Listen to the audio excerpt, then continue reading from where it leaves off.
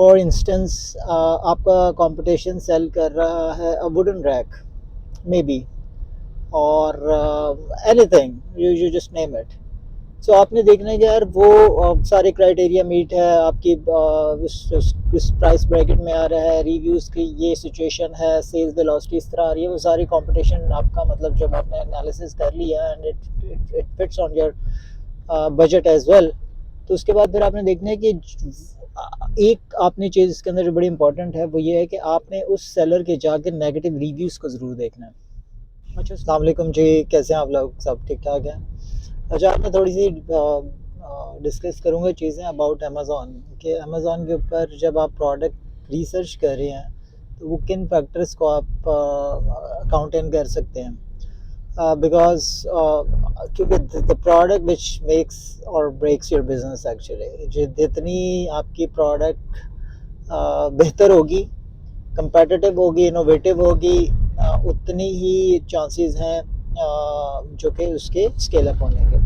And obviously there are certain rules के जी, obviously it should be problem solving, depend करता है कि प्रोडक्ट नेचर क्या है, और and it should be improved version. So अगर आप if you identify a product जो कि आपके सारे क्राइटेरियाज के ऊपर मीट कर रही है और आप समझते हैं यार this product can be launched, और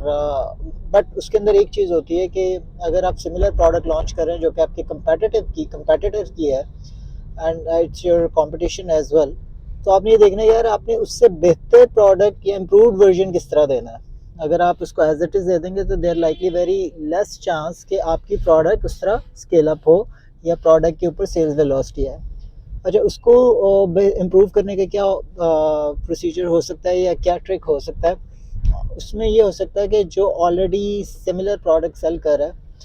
फॉर इंस्टेंस आपका कंपटीशन सेल कर रहा है a wooden rack may be, और anything you just name it. So आपने देखना है कि यार वो सारे क्राइटेरिया मीट है आपकी,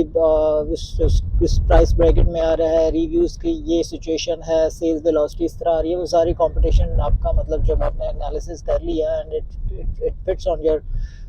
बजट एज वेल, तो उसके बाद फिर आपने देखना है कि एक आपने चीज़ इसके अंदर जो बड़ी इंपॉर्टेंट है वो ये है कि आपने उस सेलर के जाकर नेगेटिव रिव्यूज़ को ज़रूर देखना है।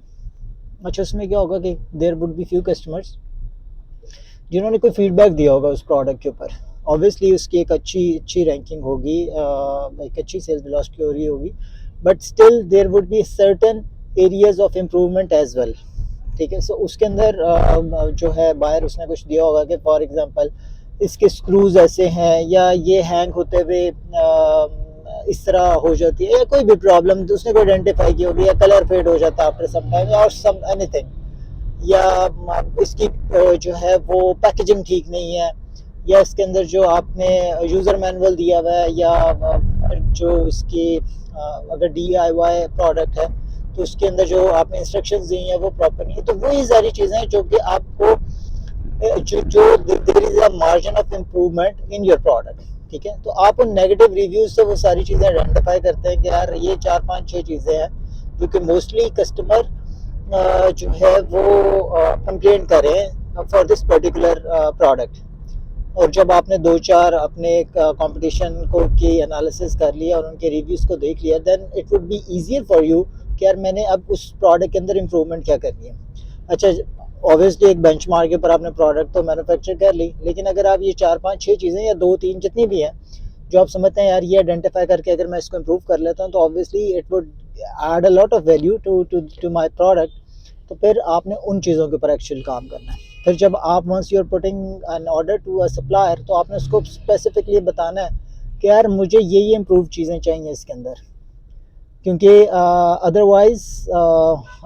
जब आप उसको रिक्वायरमेंट पुटअप कर रहे होते हैं तो उसके अंदर आपने स्पेसिफिकली करना होता है, क्योंकि अगर आपकी प्रोडक्ट सेम ही होगी तो उसमें फिर पोटेंशियल नहीं होगा उस प्रोडक्ट के अंदर फर्दर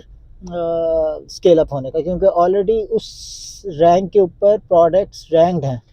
यानी उस कैटेगरी के अंदर सिमिलर प्रोडक्ट। तो आपने अगर एज क्रिएट करना है, वो एज आप तभी क्रिएट कर सकते हैं जब आप उन प्रोडक्ट को इम्प्रूव करेंगे। Okay, so yeah, so that's it,